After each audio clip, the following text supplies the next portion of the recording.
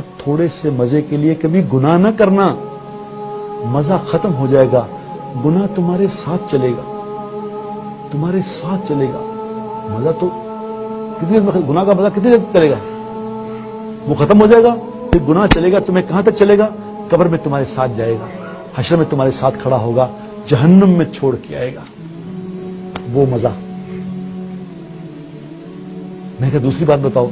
اس نے کہا بابو صاحب دوسری بات یہ ہے کہ کبھی تھوڑی سی مشقت کے خوف سے، کبھی تھوڑی سی مشقت کے خوف سے نیک عمل نہ چھوڑنا، کیونکہ مشقت ختم ہو جائے گی، عمل باقی رہ جائے گا، عمل تمہارے ساتھ چلے گا۔